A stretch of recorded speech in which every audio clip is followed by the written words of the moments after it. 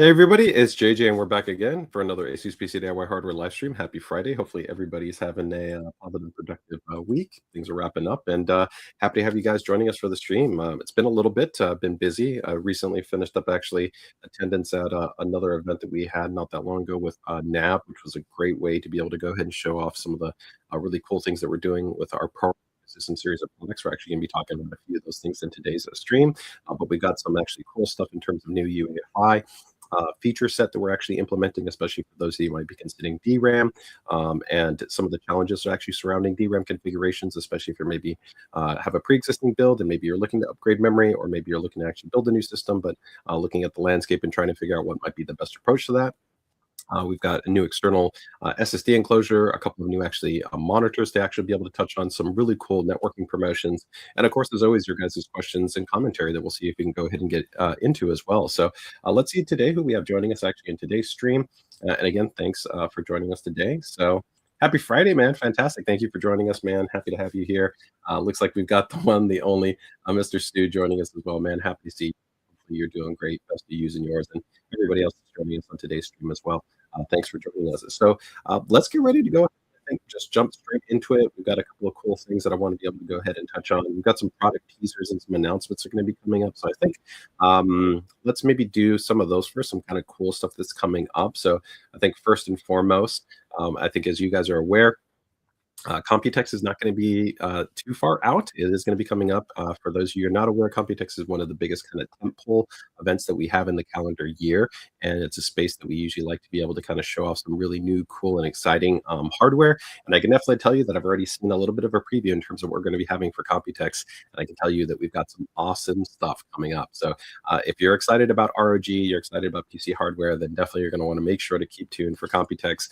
There's going to be some really great stuff there. There's also some really exciting things surrounding the ROG 20th anniversary. And I'd love to have anybody that's joining in today's stream, you know, what was your first ROG product and what was your last ROG product? So the first and the last, where have you been at?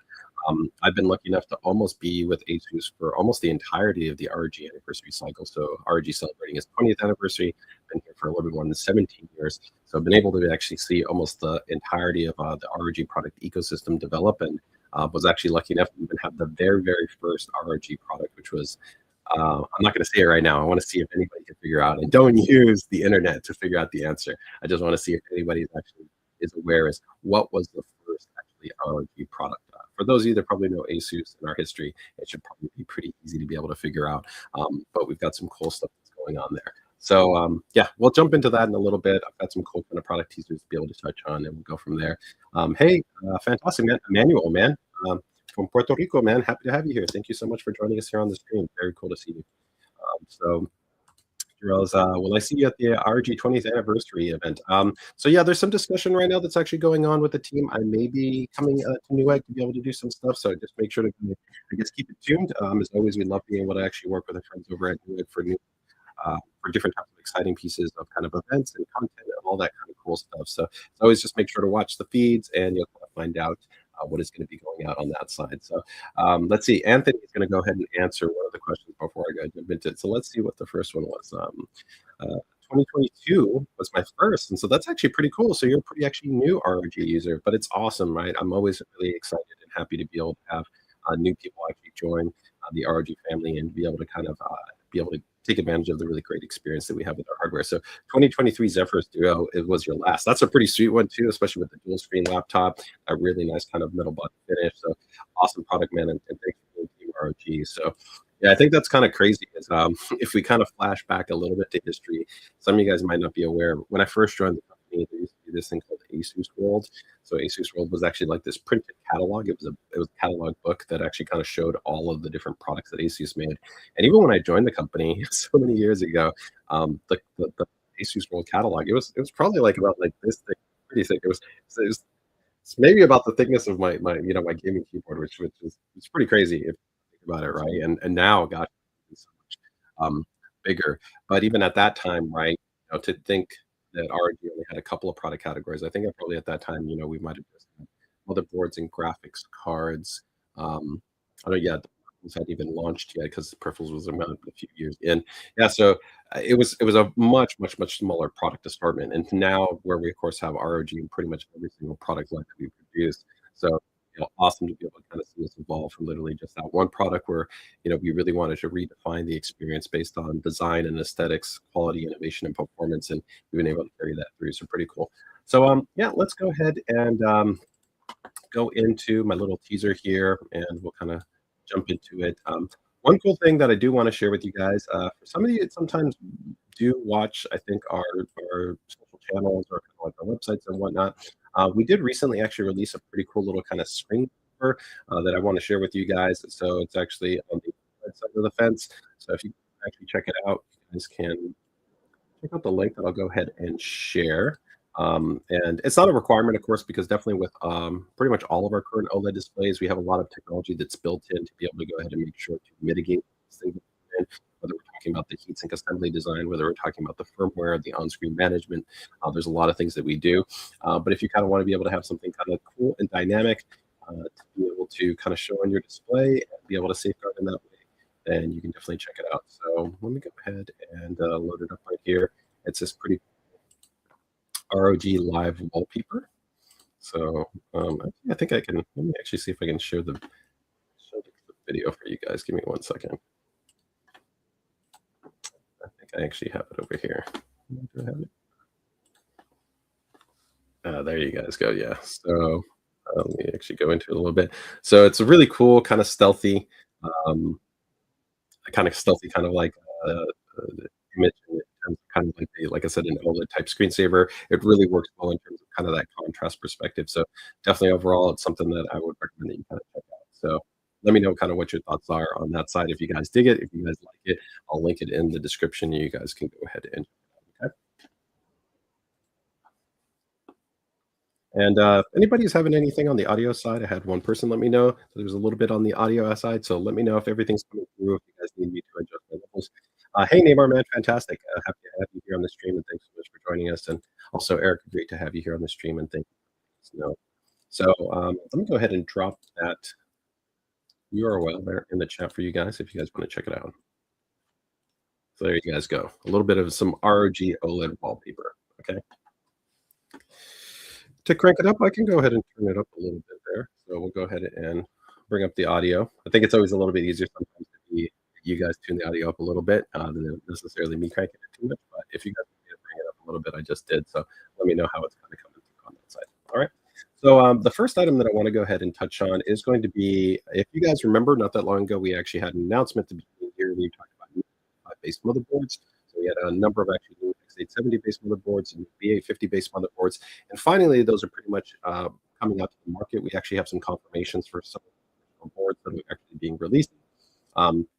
But what I did want to go ahead and touch on was that we do have another model that's coming in. So originally I had some questions saying like, hey, are you going to have any updates to the mini ITX segmentation? I actually told you guys we didn't have any immediate plans to release any updates outside of what we already had, which was an ROG STRIX BA50 based model. And then we also had an ROG X870 based model. But pretty excited to actually let you know that we do have another update in this regard. So let me go ahead and let you know on that side. So, check this here. Let's see. So on the audio side, let me know, you guys know if what it might be. I'm going to go ahead and make a tweak here. Let me know if that works a little bit better for you guys. We'll see if that is working okay.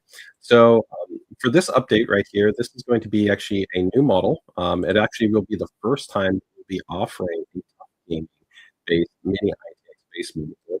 And this will follow the same actually naming convention that we've had previously with these new updated models. So if you guys, again, kind of pay attention to what we previously talked about in our prior stream, we'll reintroduce these new under a name. 2026. They bring a whole new number of additional updates that are packed in. And so I'd recommend you can actually watch our prior live stream. We'll actually have a consolidated stream this month that will recap pretty much all of the current boards. I'm actually hoping to maybe do a build or two actually in a couple of systems as well, and actually go through like the new UEFI environments and some of the new software suite and some of the stuff that we have specific to these new Neo models. But with that, I do want to go ahead and actually touch on this guy. So this is just a little bit of a teaser right here for you guys, but we will be coming out with gaming B850i Wi-Fi Neo based update that we'll have to the mini ITX segmentation. So if you guys have been looking for, an update on that mini ATX side. This is pretty cool.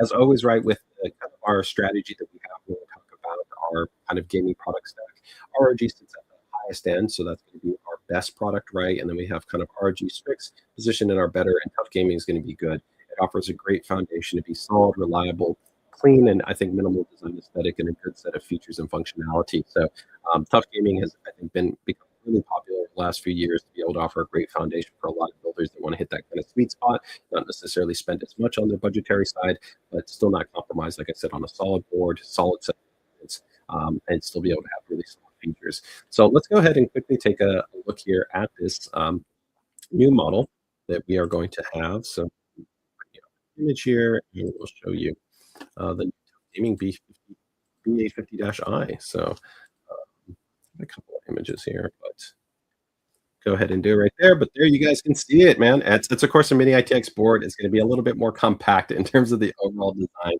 But you can see it's got a clean design language to it. I think it looks pretty slick in terms of actually just the nice kind of clean accents that we have on there. Just a little bit, of course, black and then white banding.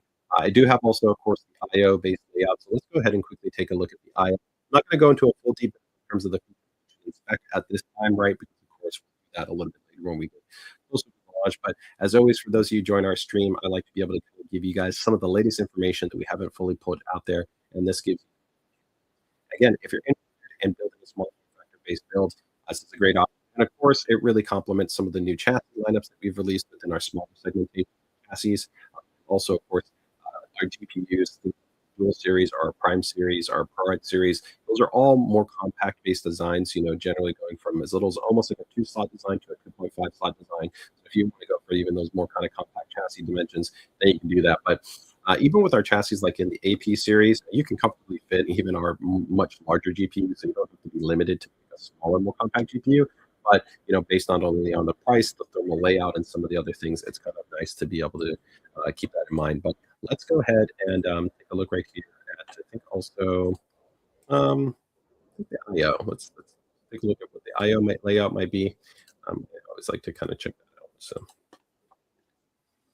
So here, actually, I think I've got a better image for you on that one. Let me swap it over here. This will work a little bit better for you guys. Okay, so you can see you got your HDMI, you got your DP. Cool to also see, one of the things that we did for 2026 is our generation, we started to get really aggressive at putting up a lot more voice CMOS. So pretty much not that long ago, you had to go to the Dash E model, and the Dash E was the lowest model that we would have clear CMOS on. And then towards the refresh cycle, we actually implemented pretty much everything down to the Dash A also got the clear CMOS. So I'm loving that seeing now, even for this generation, we're moving from not only just ROG to ROG STRIX, but even to tough gaming models that actually have that. So again, this is like always the cool thing that we do for features and functions that might be more advanced premium products. We continue to try to bring those down to be able to continue to increase the totality of the value. And that's one of the cool things, is all these kind of features and functions. You might not be aware we were the first ones to implement a true kind of clear CMOS based design on a motherboard with an actual button-based mechanism to make things faster, simpler, and easier. And that actually started all the way back on like an ROG-based motherboard. So to be able to kind of see it kind of come all full circle and be able to see this in kind of our entry products is kind of cool. But yeah, you can see right there, you've got your 10 gigabits Type A, then you have USB 2 Type A, so 4 ports right there. You've got another 2 ports, so 6 ports. You're going to have more even IO connectivity, of course, on the ROG models. But 6, I think, is solid. And keep in mind that you still have your internal headers, so you would have front-facing connections as well. 2.5 gigahertz networking, 6E, so you still actually have that 6 gigahertz baseband on there, and some additional multi-speed high connections, and of course, at least one USB-C. So I think, again, a nice little solid update that we're going to have there in terms of the mini ITX segmentation. Again, don't have more details to share with you, but just go ahead and, like I said, make sure to keep it tuned. We'll definitely fill you in for more information as we get ready to launch that model. Okay. So Q-board, yeah, it's I think always nice in terms of actually seeing stuff. In terms of availability, no, it won't be next year. It'll be probably within the next quarter, I would say, in terms of the actual release cycle. So none of these, anything that I usually talk about, unless it's like really going to be that far out, I usually probably wouldn't try to tease you guys too much from that perspective. So usually it's going to probably be a little bit closer to later. Where's the white version? Do keep in mind that we actually do have an update that we've recently done for actually a mini ATX based in white. So that has actually been something that we haven't previously offered, right? So um, it is cool to finally be able to see that type of update. Historically, and I would say that we hadn't necessarily prioritized wanting to make like a white-centric mini motherboard, and part of that is because a lot of times you can't see the motherboard within a small form factor-based build. Pretty much once you put all the componentry on it, you're pretty much gonna block out the visibility, unlike, let's say, in a more open type of system where you can more comfortably see all the componentry. But we did definitely see feedback that we had from people that wanted to be able to see that. So, um what version of BT? The version of BT is always gonna generally be dictated by the wireless chipset that we're utilizing on the product. So pretty much for all modern generation-based boards where you're talking about generally Wi-Fi 6E and the vast majority of our boards, which are generally now Wi-Fi 7, of course, when they're being shipped out, means that you're generally gonna be working with the latest generation Bluetooth 5.x space specification. In most situations, like 5.3 to 5.4 base classification. Latest generation, of course, standard right now is going to be Bluetooth 6, and actually, oddly enough, we just released a standalone Bluetooth 6 USB-based adapter. So if you really like pairing kind of the latest generation Bluetooth compliant specification with a new type of device that might require that latest gen spec, or maybe you don't necessarily want to upgrade everything else, that is a cool way that we actually do have these small USB little adapters, and you can actually pick one of those up. We did that previously excuse me, with Bluetooth 5, and now we also have one with Bluetooth 6. So again, if you want to just make sure that you kind of have that latest generation specification, you can essentially just add in that Bluetooth module, and bam, you're good to go, and you can get advantage of that latest spec. Okay. Hey, Victor, love the picture there of the cat. And happy Friday. Thanks for joining us here on the stream. So let's see. Romero, where's the Strix LC you revealed at CES? It's going to be coming right now. I think we're probably going to be targeting, I'd say, June release time frame for the Strix LC. So it's a little bit pushed out, but it is going to be coming. We'll have it available. We are going to be talking about another new AIO update just finished putting out to the market. It's going to kind of be at the opposite end of the spectrum, a bit of a lower cost-based option that we have with our new Max series AIO coolers, kind of like an analog to the Prime series-based cooler offering that we have. So yeah, no update now in terms of immediate availability for this LC4, but it is going to be coming. I know a lot of people have been waiting because, of course, those also pair really well with, of course, the latest generation motherboards that have that quick AIO connector header on there to be pretty much eliminate any type of cable connections where you're mounting the AI, right? So I'm definitely waiting for those units to hit availability because I know there's a lot of people that have been waiting for them. Okay, so we talked about there that update on that side for the tough gaming. I also wanted to go ahead and just give one update, another one here that I have for you guys. And so this is going to be another upcoming product release that we will be having in the not too distant future. Again, probably thinking late in Q3 timeframe, but we will be actually updating the Tough Gaming series to finally move from Gold series to also Platinum series. So right as right now, Platinum had pretty much only been reserved for the ROG series of base power supplies. So we are going to actually be rolling out multiple new options that we'll have in the Tough Gaming ecosystem for Platinum. So again, we maintain that great quality that we've been having with the Tough Gaming units, outstanding warranty, specialized design mechanisms that we have, like larger heat sinks or protective coating on the PCB to be able to improve resiliency, improve durability. A lot of really great stuff. The fully etched modular, actually, I think, are probably one of the most slept on benefits because they're a premium based cable. They have really got supplyability to them, and they look great, and they come with all of the Tough Gaming series power supplies.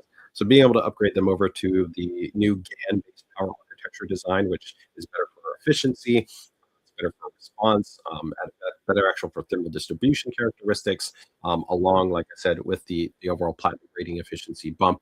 That's going to be nice. So don't expect that we're going to phase out the gold. You'll probably still continue to see the gold for quite some time, and then we'll also be concurrently having the platinum-based models.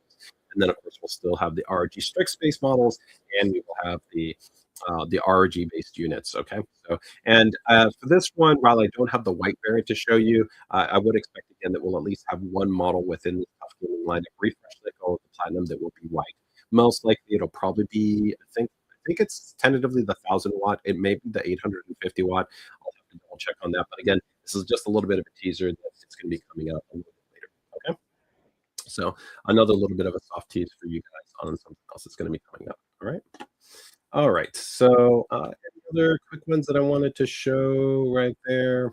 Let me double check. Okay, the new Platinum Series power supplies, the Neo Series are on the wallpaper that I wanted to go ahead and share. Okay, so I think that takes care of most of that. So before I get into the new products, one update that I did want to go ahead and talk a bit about is going to be, I think, just in general, you know, give me 1 second here.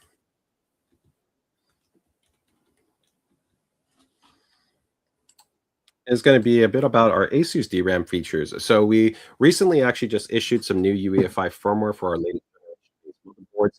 There's going to be applicable updates that exist for both the current generation of Intel-based motherboards as well as also, of course, AMD-based motherboards. This extends to specialized items like new enhanced options that we have for our AMP. AMP was actually originally introduced, so it's called the ASUS Extreme Memory Profile. It's kind of like an analog of an internal-based optimization profile that we independent of something like, let's say, like Expo or XMP. And it was designed to be able to kind of read the characteristics of not only look at your motherboard, your CPU, but also assess like the ICs that you have on the actual memory modules, and then be able to kind of create a more customized profile. It actually worked really well for a lot of users that would sometimes buy more aggressively priced memory or what I would call kind of like non-premium based memory kits that generally didn't have an XMP profile. An example is you might get maybe a kit of memory and it might have been made rated like at 4800 MT. A lot of people might have been buying like a 6000 MT kit, but might not realize that you could take that 4800 MT kit and run it at 6000. A lot of people sometimes just didn't have the knowledge on what parameters to tune. They didn't know how to manually set the memory divider, what might be the corresponding voltage, what might be corresponding secondary or tertiary level timings that they have to adjust.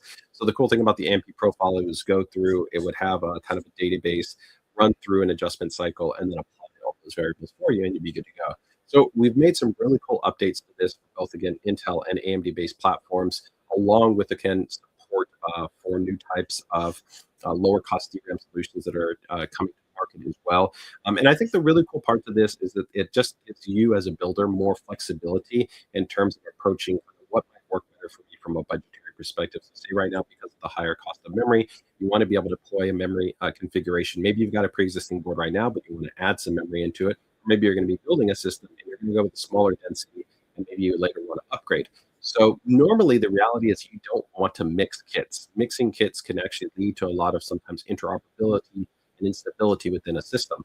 Kind of the most basic thing that generally happens is that the motherboard will read what's called the base SPD information. It'll set all the memory speeds to run at their lowest parameters.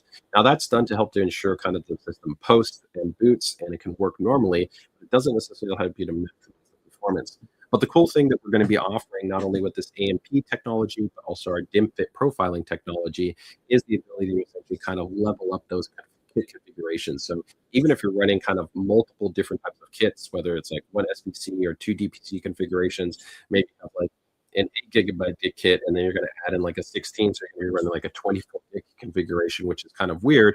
You would still be able to actually maximize and get better performance from that by utilizing some of these features. So I want to show you a little bit kind of how that will look. We'll probably do a more kind of complete demo of this, I think, in a future live stream. So for those that you might be really interested in, we're going to go ahead and show that to you.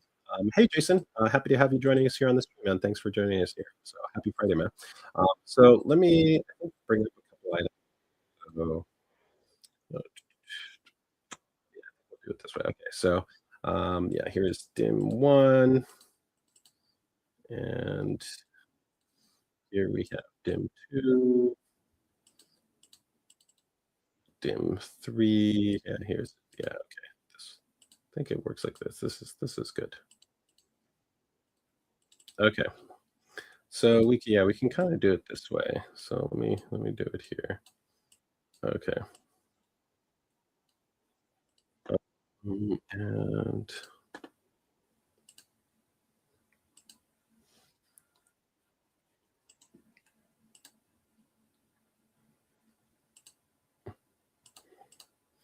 okay, so right now, if you kind of go into our UEFI BIOS environment, there's actually a utility that we have actually built into the UEFI environment.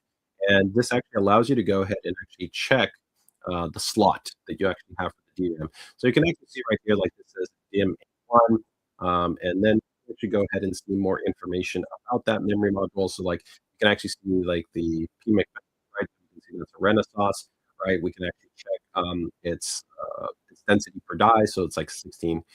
We can check it's a one rank base module, right? There's more information, right? We can break it down to like we can see the actual vendor, or it's a Samsung-based IC. So there's actually different IC manufacturers. So you have like SK Hynix, you have Samsung, you still even have Micron that's actually also on the market. So technically, there's of options that are out there.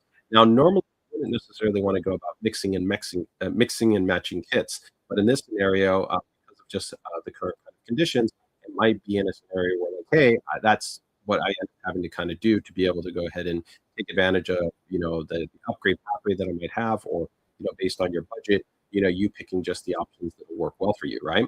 So here, if I go ahead and bring up a secondary one, so that's A2, so we'll bring up another one right here. So here you can see like B2. So B2, this would be the SK Hynix. So this is actually an entirely different module. It's a different density, right? And so the point is here was what we're going to show is we're going to show that we're actually we're mixing the kit configurations, right? And so how would this work? Well, once you actually mix these configurations, most users by default would just kind of let the board run, right? They're just going to leave it at kind of the default, unless you're probably a little bit more savvy and you know how to go about kind of tuning, right? Where you go, okay, I'm going to manually set the memory divider. I know that I maybe want to use this target, VCCSA voltage for my memory controller. This is actually memory voltage that I also need to apply for my DRAM. These are the corresponding subtimings that I also want to use. There could also be sometimes a little bit more esoteric kind of settings that are in the UEFI that you may or may not know how they actually influence memory instability, influence memory stability or interoperability. But let's kind of go through a little bit more of how the process kind of would work here. So I do have this chart. So bring this up here and kind of show you how this could work. But the cool part is, again, is you have just the ability to go through and kind of play around with this a bit here. So, okay. So yeah.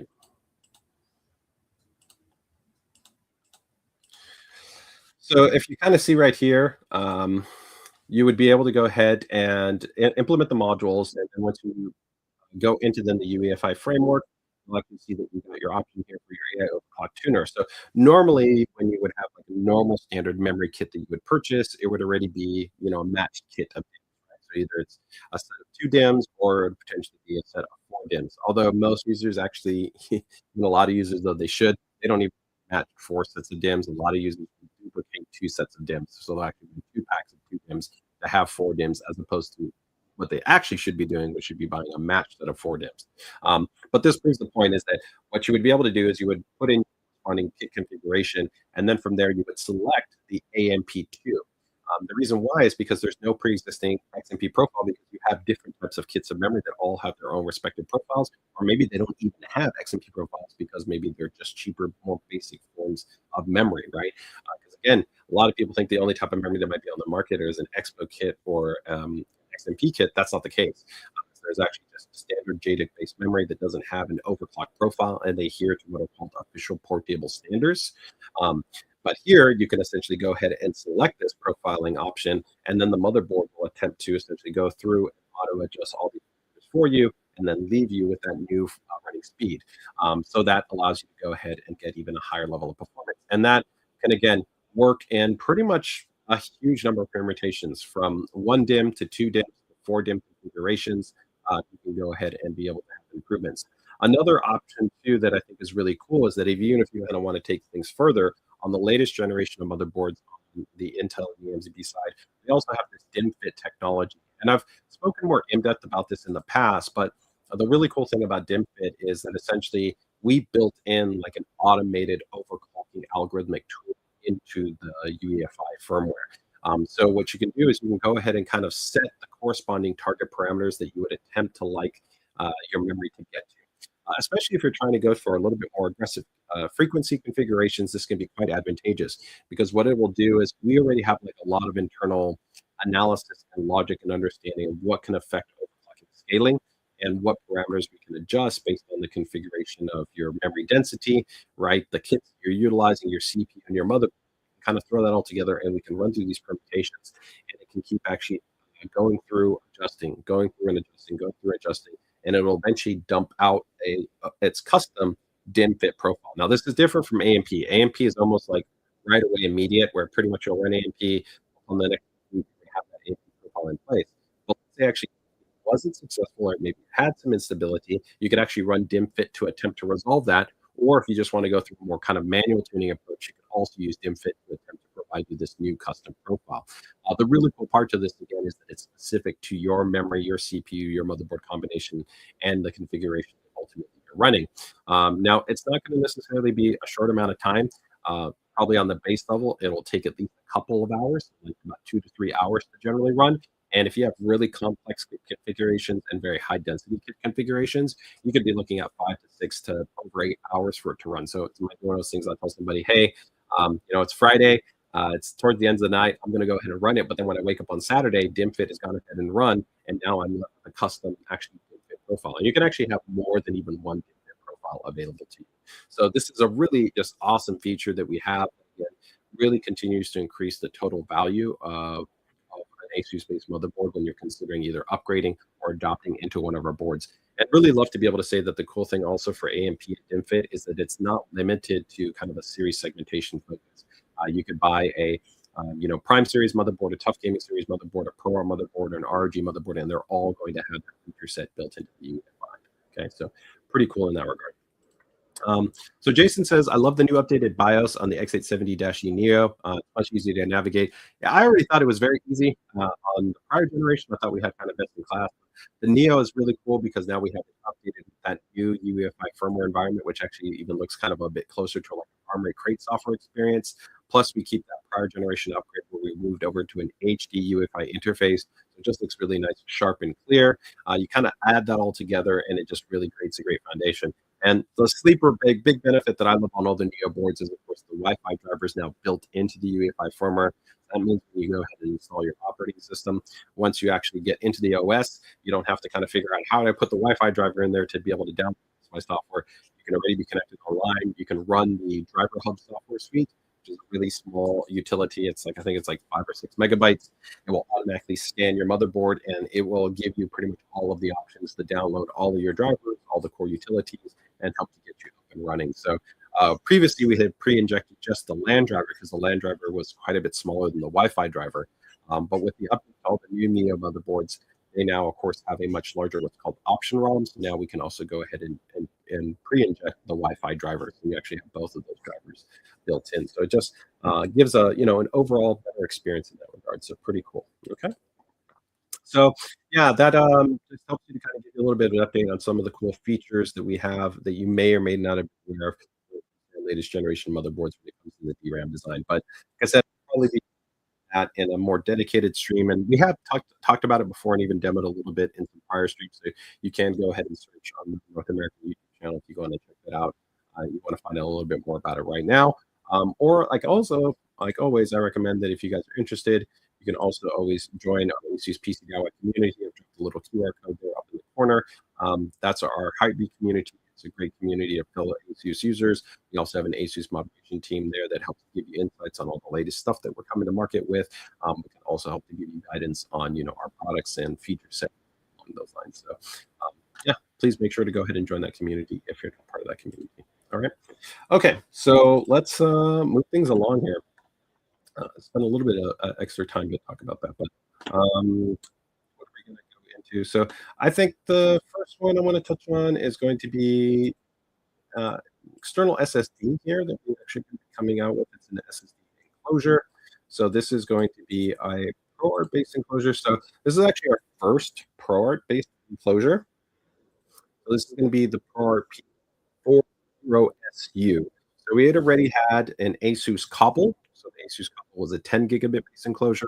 We had the original ROG Arion, and that was a 10 gigabit base enclosure. And then we just recently launched the ROG Neos, so that's a 20 gigabit base option. And then we had the Tough Gaming A1 and A2. So the A1 was 10 gigabits, and the A2 was 20 gigabits. So pretty much we had different 10 gigabit based options, and then we had 20 gigabit based options. But for some of you that might really want like the fastest option, you might have been wondering, hey, are you guys going to eventually have like a 40 gigabit based option?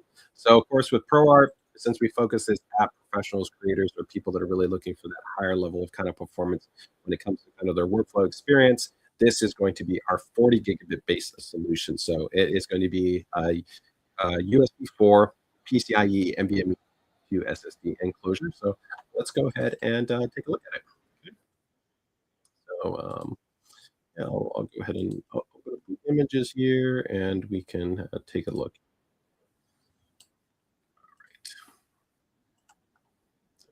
And yeah, we can do it this way. Okay. So you guys can see right here, this is the actual M.2 SSD. It's been popped over. It has nice quick access. I can pop off that panel. Once I pop off that panel, heat sink, I can then get access to the inside of the drive. But externally, we actually worked really hard to be able to actually have this be quite a bit notably smaller than a lot of the other competitors that are on the market, but while still having actually class-leading, I think, not only build quality, but actually thermal dissipation performance, especially as you start to get larger density and higher performing M.2 SSDs. Externally, you start to find some of the same challenges you actually have internally with the motherboard, which is going to be thermal balancing and ensuring that you don't actually have throttling based on temperatures. So this unit actually is pretty cool because there's actually an integrated fan solution in here, but we have a very intelligent four-step base fan design, which has been maintained to not only be great thermal performance, really class-leading thermal performance, but also still ultra-quiet operation. So you still get the best of both worlds in terms of ensuring that you have something that's going to give you great performance, but it's also still quiet because, you know, you might have it there on your desk, you're running through your file transfers and doing everything you want there. Really love the just clean, minimal design language they always have on a ProArt-based product. You're good to go. You can just see that you guys kind of just design language, which I think looks great, and of course functional design language with the fins there from kind of like a heatsink assembly perspective, right?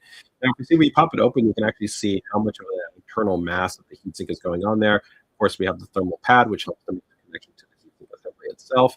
We have some additional internal ribbing, and then you can also see that we're bringing over the same kind of easy design characteristics that we've had on our motherboard with kind of the Q-latch mechanism. So again, you don't have to worry about screws or anything like that. Just angle in that to SSD in there, click it into paste, and pop it in, and bam, you're going to be all good to go. Really fast, really easy, really simple to be able to kind of work with it.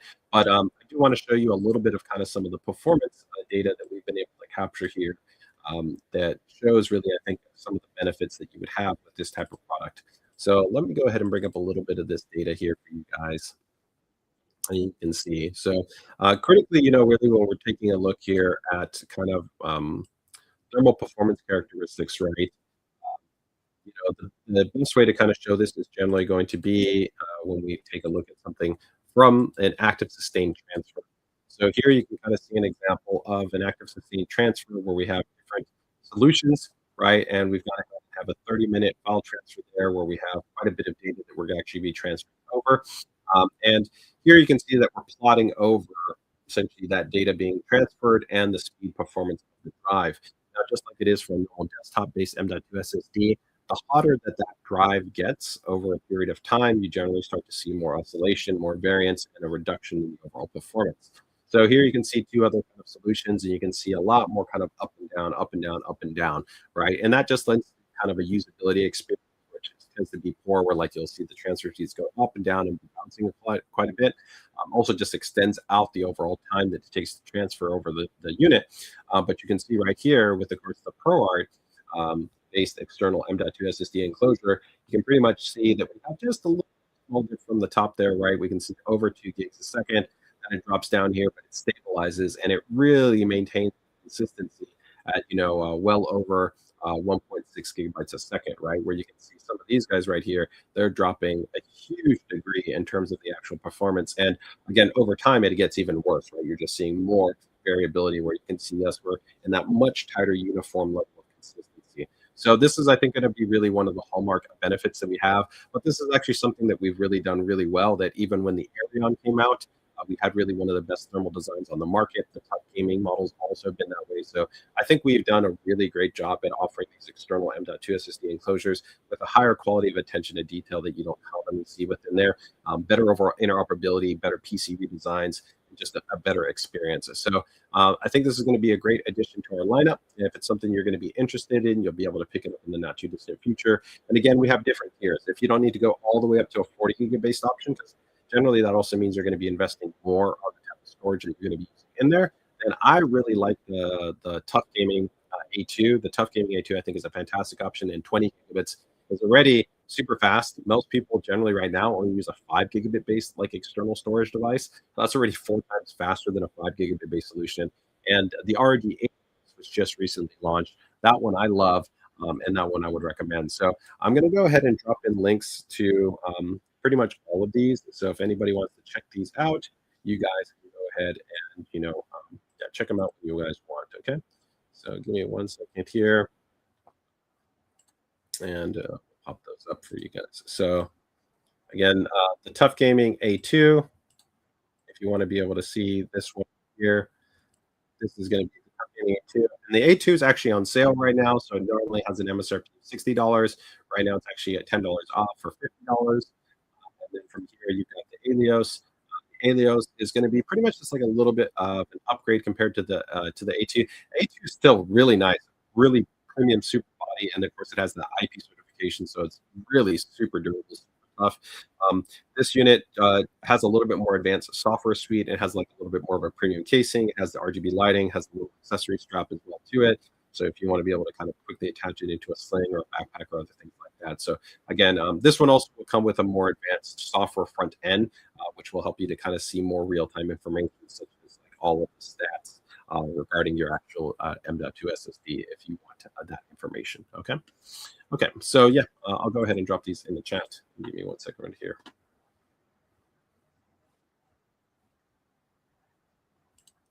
So nice that the PA42, yeah, has the Q release, excuse me, the Q ledge technology. I think it looks great.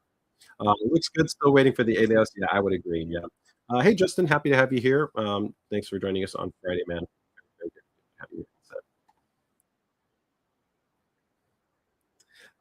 Yeah, so that's still a kind of like an early type of kind of prototype of technology, and the reality is that we have a lot of known kind of consistency and analysis at understanding, small diameter based fan designs from what we're doing from everything from our gaming hand to laptops and things along those lines. So there's always a kind of a balancing act of kind of figuring out, what has proven reliability, effectiveness, and usability. And then also even bringing intelligence to that, right? Like some vendors, they might throw a solution in there, but they don't actually have like a more robust type of scalable controller in there, or they haven't implemented kind of multi-point fan gradient type of control functionality, which again, that's the cool thing that we have is we have actually a 4-stage cooling based algorithm that's been profiling based, of course, not only the temperature and the load for the drive.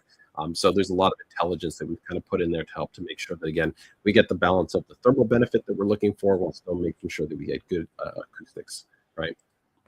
So let me go ahead and drop these in the chat.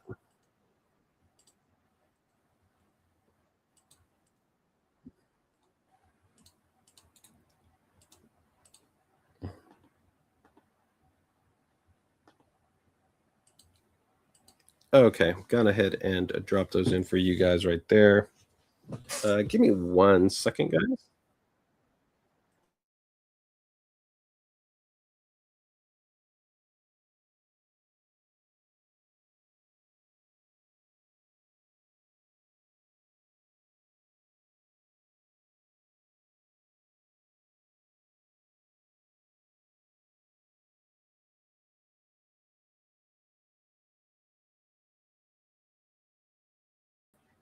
All right, so very cool. So I've gone ahead and dropped those in the chat if anybody wants to go ahead and check those guys out. So that's gonna be an update on our product right there.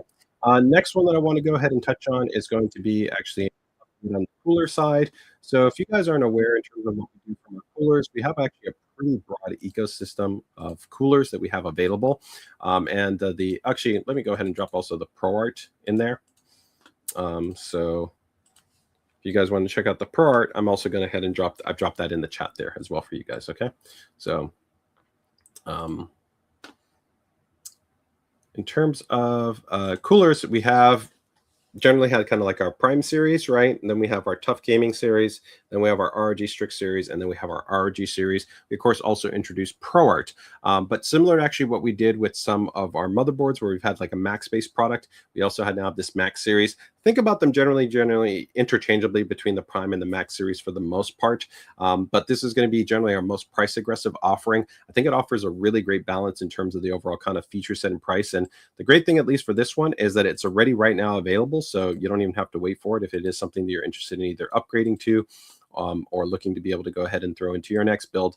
So this is going to be a 360 millimeter based AIO cooling solution. Some of the cool things I think that exist on this model: a really solid pump in terms of its overall performance, pretty quiet in terms of the operation, good overall actually flow performance. I really like that the fan radiator is actually pre-mounted, pre-integrated in there. It does have daisy chain support. I also like the update that we did here. Well, I don't think it was generally an issue in the prior generation. Some of the prior units, sometimes when you did have to connect the cable to the actual pump header, they would have like a micro USB, or they have a different type of connector. This one is just a little bit simpler and easier, because now that actual connector that connects to the actual LCD display is a USB-C. And then on the other end, you have that standard kind of USB 2 header that goes to your motherboard, right? And keep in mind, for those you aren't aware, some of the cool updates that we did for the new Neo series is that the Neo series now boards generally have 3 USB 2 headers at the bottom of the motherboards, which is great, especially if you have things like these coolers, ARGB controllers, and other devices that need these USB 2 headers. You have more of them on these latest generation series of boards.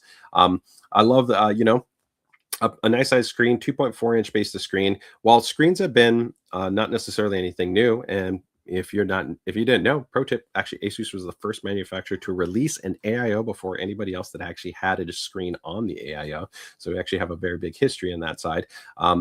I think at this price band, to be able to get a nice IPS-based 2.4-inch display, I think is quite nice. And so we scale out to really have quite a number of different display options right now, based on only the size, the refresh rate, the amount of internal memory. But I think this is a really nice balance. This one also fully utilizes the new software suite that we developed, which is our our Info Hub utility.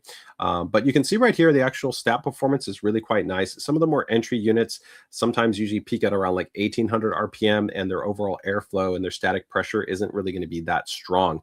And so sometimes you end up wanting to upgrade the fans, where if you were saving some money buying this like kind of like cheaper AIO, you actually end up increasing the cost, because you're going to go spend another like $20 to $40 to $60 on fans to replace the fans that already came with the AIO. So I think actually having fans, you can see right here that their peak airflow is at actually over 70 CFM.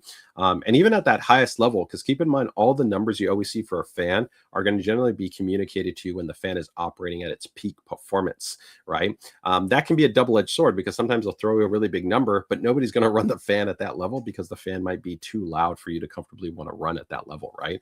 So the fact that you have, again, true 0 dB operating mode, which is nice, because that means when the system is not running, the fans will pretty much tune down, and you'll have pretty much full silence, which is fantastic.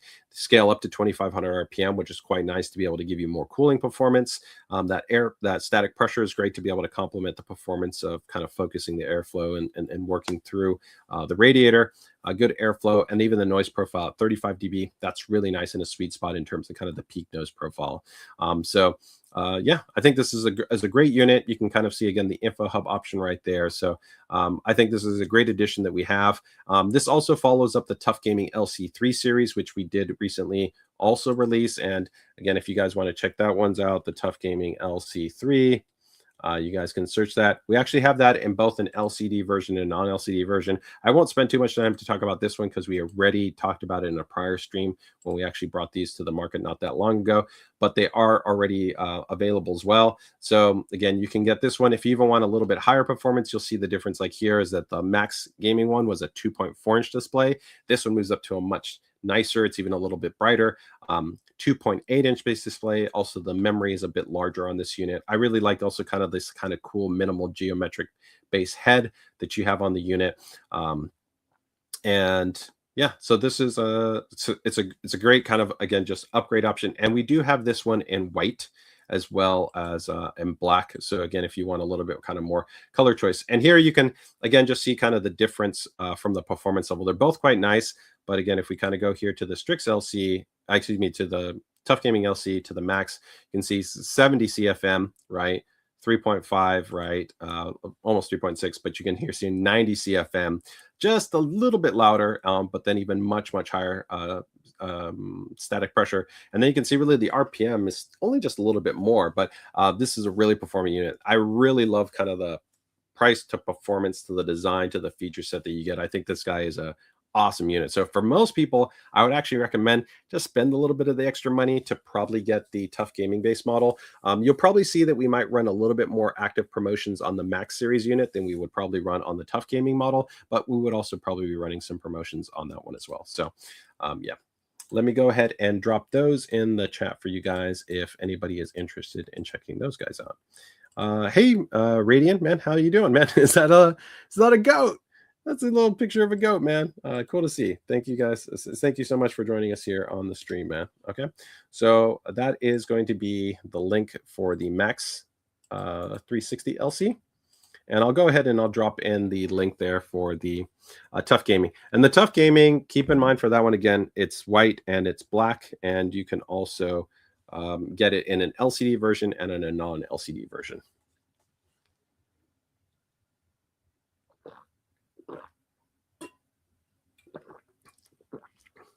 Oh, okay.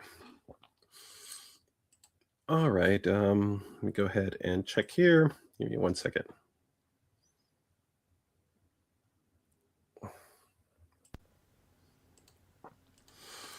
Okay. Anything else on that, guys? Did anybody have any questions on those guys? If not, then we'll go ahead and we'll keep moving things along on that side. So one other update, well, I guess while some people kind of maybe jump in to see if they have any questions on that side, is we'll start to get into some of the cool ROG-based updates that I wanted to go ahead and touch on. So we'll have more information coming in the not too distant future on this, but I'm sure probably some of you guys have seen the announcement that came out from this. For those that you might be, of course, wondering about a new update that we have in terms kind of like of our power series kind of solution products. So we have the ROG equalizer. So this is going to actually be a product that we are going to be coming out with. Probably expect availability, I would say, within this this month in terms of the actual overall release. We actually will be offering this as an independent based accessory, and there will also be updated versions of our power supplies that will come actually included with the ROG equalizer in it as well. So there will be a kind of like a comprehensive based release of it. Also, as part of this, I do want to show you guys, you might have maybe only seen the black based model, but there will actually be an also white edition. So for those of you got those big, bold, and white theme systems, like maybe like my system right here next to me, and you want to be able to go ahead and have an RG equalizer for that, then you're going to be covered. So we will have both white and we will have black, and again we will also have power supplies that will have that included in there. There'll also probably be some additional information for some of the models that we might be offering right now that will have the ability to essentially have like a soft bundle integration. So make sure to just keep tuned for more kind of details in that regard. Now, if you haven't seen the information, essentially the big update of what we're doing here within this design is that it's using a bridge. Underneath this kind of little sheath, essentially there's a bridge type topology. And this bridge type topology, really what we're achieving here is a more consistent and a more nominal, essentially, power loadout across all of the pins. This just helps to overall improve the overall experience, and it significantly reduces the overall temperature. Ultimately, this helps to reduce and significantly kind of mitigate the type of concern that you would have with kind of a melting connector. Now, keep in mind that for our current generation already fully etched modular cables, we are already kind of using a more premium type of cable that already improved upon the actual per pin connection experience and also help to reduce generally contact temperatures. But this kind of takes it to the next level. So this doesn't have to be utilized exclusively with an ASUS based power supply, but of course, if you do use it with an ASUS power supply, that's fantastic. And again, we will have kind of a bundled based product experience that will afford that to you. So it will be kind of sold in two kind of configurations. If you just want to be able to get one of these and integrate them into your current PSU based configuration, you can go that route. Or of course, if you want the more kind of complete one ASUS based solution, then you can definitely go through that route. And you can see, of course, some of the data right here where we're showing that because of that bridged actually layout, there's a much better consistency and a much more nominal distribution, right?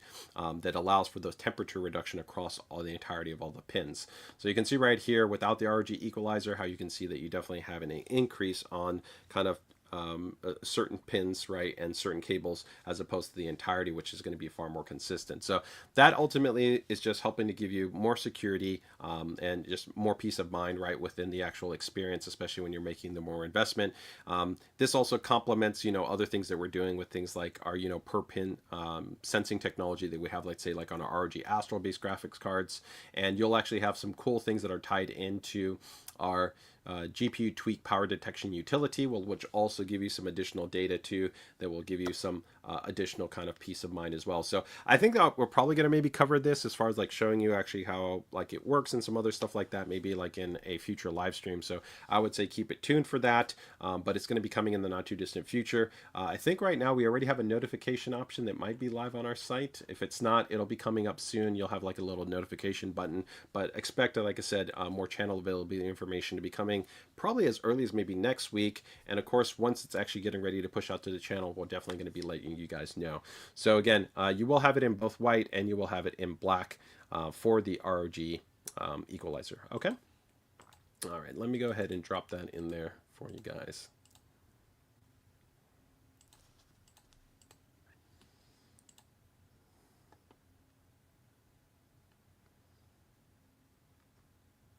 Let me go ahead and see any questions right here. So Rashley says, hi, Rudy. I'm doing my first build with some ASUS products. Love my Dark Hero, Tough 5080, and the Tough 1200 watt power supply. I'm really glad I went with this motherboard. Yeah, the Dark Hero is just about as good as you can get. The Hero is always kind of like my favorite model that we always have generally every generation. I mean, I love so many of our boards, but the Hero is kind of quintessentially usually like our flagship series board. The features, the functions, and designs, it's absolutely fantastic. That board just is, you know, it's built beautifully. It looks fantastic. The feature set's awesome, man. But have a fantastic, you know, build. I hope everything goes really smoothly, and you've got really an amazing foundation for years to come.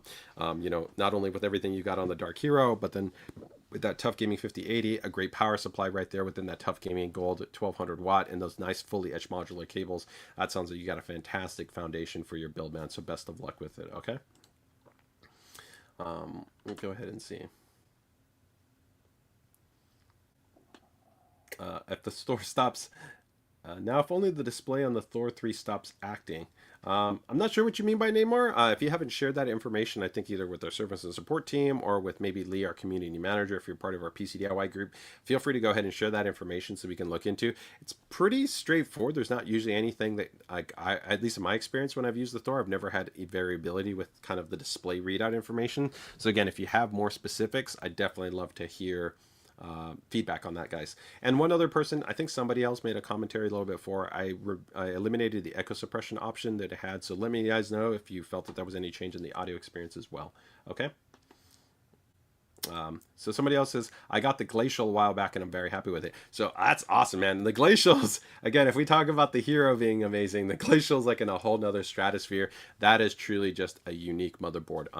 The fit, the finish, the functionality, so many of the cool little design elements, you know, from the magnetic cover plates, right, that even go around the corners, right, to the cool magnetic actually DRAM assist fan, right, to that Magna plate design, the quick AIO connector, and just that ultra premium bold and bright aesthetic. Yeah, the Glacial is just, that is that next level, right? Where, of course, it's going to be a rarefied category for a lot of people. Most people are never going to have something like a Glacial motherboard.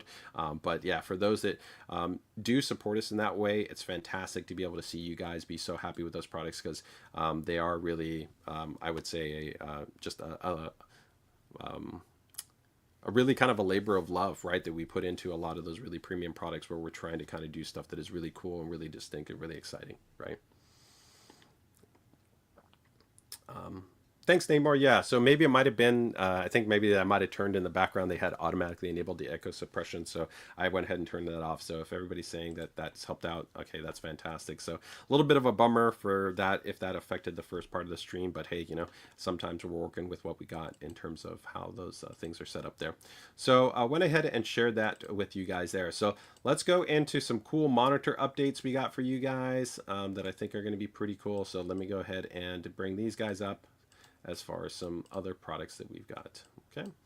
So the first one is going to be an LCD, and this is actually going to be part of kind of like a, I'd say 2026 kind of update on offering some additional dual mode based monitors. So actually ASUS was the first manufacturer to release actually a dual mode LCD on the market, and we've been busy with actually getting ready to launch quite a number of other updates within this segmentation. So the first one right here that we're going to talk about is going to be the ROG STRIX, the XG27UCS Gen 2. or the abbreviated version would be the UCSR. So let's go ahead and take a look at this guy. I think at its upcoming price point, it is going to be a fantastic option for a lot of people in terms of upgrading. So most people still generally are not rocking a 4K based gaming display. Broadly speaking, even until not that long ago, the largest part of the market for gaming displays was still 1080p, and 1440p was kind of really starting to make inroads. About like almost 2 years ago, 1440p kind of really became the de facto standard for most people that were adopting into a gaming display, and we have an amazing lineup, especially with the Tough Gaming 5 series, where we now have 1440p, even something like a 300 hertz 1440p at an MSRP of $300, and sometimes at promo it's gone down for I think sometimes less than 250. I think our 210 hertz base 1440p option is something like around like a 199 base product offering. Some really fantastic options, so it makes sense why 1440p has become kind of the default. But I think this is a really compelling display for a lot of people. They might want to make that jump up to have a more pixel dense image, really have that outstanding sharpness of having 4K at 27 inches, and having that fidelity and that sharpness within desktop productivity, and for the clarity that you get, of course, for just in a more immersive, more detailed based game experience. So this is going to be, if we take a look at kind of the hero spec, what we've got 27 inches 4K. It's going to be coming in with a really nice wide gamut based level of color performance, right? So DCI-P is 95%, sRGB is really nice and punchy at over 100%. It's actually 130%. Really gives this a nice punchy, vibrant type of display. If you're not aware, all ROG monitors are factory calibrated, so straight from the factory, we already tuned them for nice color accuracy right out of the box, so you don't need to worry about kind of tuning anything. Now, if we look at some of the key specifications, some really nice solid spec here. So you're going to see right here that you have a refresh rate for that 4K at 160 hertz. So that's really nice and smooth already just for the 4K at that 160. And then from there, even on the brightness, a lot of people's base monitors on the LCD side are usually between maybe about 250 to maybe about 300 nits. So this is generally what we would define as kind of like a next step up in terms of the SDR based brightness. And you can see actually the peak brightness goes even a bit higher. Now, we qualify that with an HDR level of performance, but I wouldn't generally define this as an HDR display, as it doesn't have like a mini LED. It doesn't have a more advanced kind of backlighting based technology, but it definitely is going to be a very bright based LCD, and that's going to be even still a strength compared to like an OLED monitor. For reference, most OLED monitors, even the latest generation, the best ones that we have, like our Tandem or our latest generation QD OLED 1440ps, they won't get to 350 nits in terms of your SDR brightness. You're generally going to be talking, depending on the generation, usually around 250 to maybe around almost 300 nits in terms of the brightness. So LCDs noticeably still provide a brighter and punchier kind of base image in that regard. Now, of course, contrast and pixel response are going to be much better on OLED, plus you have HDR performance, right? But let's get into the next segment, which is going to be the dual mode technology. So the cool thing is that this monitor can offer you two levels of operation, that 4K at 160 hertz, or you can toggle it over into an FHD mode at 324 hertz. So that's awesome for just, again, ratcheting it up, that more kind of a smoother, clearer experience, right, for that motion clarity. If you're playing games, like your Fortnite, your Apex, your Valorant, right, your Warframe, whatever it might be that's more competitively focused, and you want to be able to have that faster, smoother, cleaner image experience. And 27 inches still works quite well to be able to have it be sharp for a 1080p based image, right? So I like that balance again of that 4K looking good, nice and really sharp, but again, the 1080p still looks good at that 27-inch base form factor. So I think this is going to be a great option. $399. Rounding out a couple of other spec that I just want to quickly touch on. It does have our eLNB sync, so that means you get a backlight strobing technology. Works great if you want to be able to connect this to a system where you can't necessarily get to those higher refresh rates at 120 hertz, 120 hertz refresh rate. You can still have an effective motion clarity of about 240, which is pretty sweet.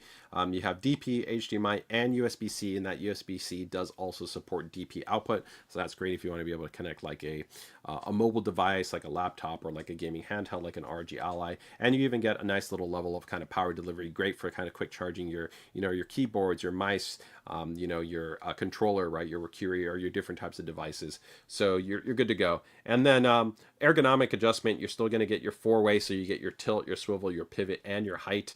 And you also still maintain our threaded mount design, which I love our threaded mount design. So that means that there's that little thread at the top. So if you want to quickly attach like a camera light or microphone, bam, you're good to go.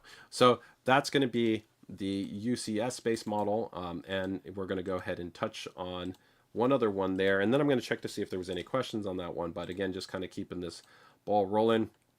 I'm going to go here to the upgraded version of this monitor that we're also going to be rolling out. And this is going to be the also another dual mode. Going to seem kind of similar, but it's going to be different. This is going to be the ROG STRIX XG27UCG Gen 2, or again, kind of that end abbreviation, the UCGR. So how is the UCGR going to play out? Let's go ahead and take a look at this one.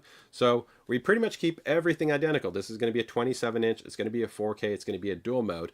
But the big update is going to be that we're going to even have a bit of a higher performance. So the 4K really isn't a big difference. It's 4K at 162 hertz versus 160. So we don't really need to worry about the 2 hertz differential there. But the FHD really goes up to a whole nother level. 485 hertz refresh rate. And this one is coming in at a really nice price point. The other one, keep in mind, $400. You're only paying that 50 bucks extra to be able to bump up to this ultra high refresh rate. And this starts to get into like what we even want to start defining as like ultra high, right? I pretty much classify ultra high now to be 240 hertz and higher, but you know, with 240 hertz now really being democratized down to so much more accessible price points. Like I said, I've got, you know, 1440p, 210, 240, 280, 300 based items that are $300 and sub $300. We might really start to have to reclassify, like, is 360 and above now the new kind of ultra high refresh rate kind of segmentation? But either which way, yeah, 4K at 162, then the FHD at 485, and then pretty much we keep all of the other spec that we talked about on the prior monitor pretty much the same. We get that same 95% DCI-P3, that wide color gamut, that really punchy 130% sRGB. You can actually see that the base brightness actually goes up. Technically, it says that the peak brightness is a little bit lower in terms of the HDR, but again, if you're not running the HDR, you wouldn't really ever notice that. But you would even notice that this is even going to be a punchier, even a brighter panel than that other modeler. So the other one, again, that base was closer to about 350. This one now being at about a 400. This is a very bright SDR-based panel. I love these type of LCDs. It has long been kind of my daily driver type of LCD. It's really a fantastic experience. It's also a true 10-bit based panel. Really, really nice in that regard. And then you still keep all that other stuff that we talked about. Again, the ELMB technology is going to be there, the DP, the HDMI, the USB-C, the power delivery in there, and then the four-way ergonomic, and then also the tripod mount. So all packed in. I think that these are going to be great options and additions that we're going to have here to our dual mode based LCDs. And these are also kind of working alongside the recent XG27JCG, which released, of course, last year, which is also our 5K 27-inch dual mode LCD. So that's a 5K 180 hertz and then 1440p 330 hertz LCD, which I think is a fantastic option out there as well. So a lot of actually dual mode LCDs that we have in that regard for those of you that are going to be interested in checking those guys out. So yeah. And there is going to be one last one that I want to touch on right here, which is going to be a tough gaming based variant. This will actually be the lowest cost option that we're going to be offering for this guy. And it will be even at a lower price point than, of course, the two ROG based monitors, because it's going to be a lower base specification. But let me go ahead and show this to one for some of you that might not necessarily meet the same kind of demanding criteria in terms of kind of those specifications, but you're still going to want a nice display, because I think this is going to be a nice option as well. So let me go ahead and round this one out here. So this is going to be the Tough Gaming VG27UQEL5A. And generally, anytime you see that U designation, just like you saw in those other names, it's UHD, which stands for 4K. So for some of you sometimes trying to go like, hey, you guys really need to work on the model names. The reality is that there's no easy way to do a model name when you have such complexity in the specifications that you have to define for a monitor. But there tends to be that we try to put in a logic into there. So the U pretty much always means you're looking at like at a 4K based monitor. So let's go ahead and take a look at this guy. And this is going to be a Tough Gaming dual mode LCD that we're going to be having. So this guy is going to be a reduced definitely in terms of the refresh rate for the 4K. So you're going to see 4K at 80 hertz, which is still nice bump up. Definitely going to be smoother overall in terms of that desktop experience, and even nice for a gaming experience that you're going to be able to bump up to. So 4K at 80 hertz, and then the FHD at 310 hertz. Still a full true IPS based display. You still get the AMB technology. Still actually a really nice punchy panel at 120% in terms of the sRGB. So if you're somebody that just wants to be able to see those nice punchy colors, that oversaturation that you're going to get is nice there. I love that here on the brightness scale, this one still is actually a very bright display. You can see 400 nits, which is quite nice on that monitor as well. And you still get like I said, the ELMB technology that's going to be on there. You'll notice here the main kind of omission on some of the connectivity is going to be you don't have that USB-C. Here you have just DP and you have HDMI, but you still get a 3.5 millimeter headphone jack. And then you can see right here in terms of the adjustment, still adjustment is quite nice where you get tilt, swivel, pivot, and height. Or sometimes a little bit when you tend to go down to some of the more entry type gaming displays, you might not get four-way ergonomic adjustment. So I still love that we get four-way ergonomic adjustment on this one. And as always, do keep in mind that all of our monitors, it doesn't matter which one you're taking a look at, they all come with a 3-year warranty, so that's great to be able to see, right? So Kevin goes, monitors reach super high refresh rates these days. Yeah, of course. Yeah, I mean, our flagship, right now the fastest monitors we have our 500 hertz QD OLED. We then have our 540 hertz tandem OLED, which also has a 720 hertz option mode. And then we also have, of course, our ROG STRIX ACE LCD, which is a 1080p 610 hertz display. And we're on the journey to 1000 hertz, guys. I'm telling you, we're not done. There's still more that's going to be coming. So a lot of stuff right there.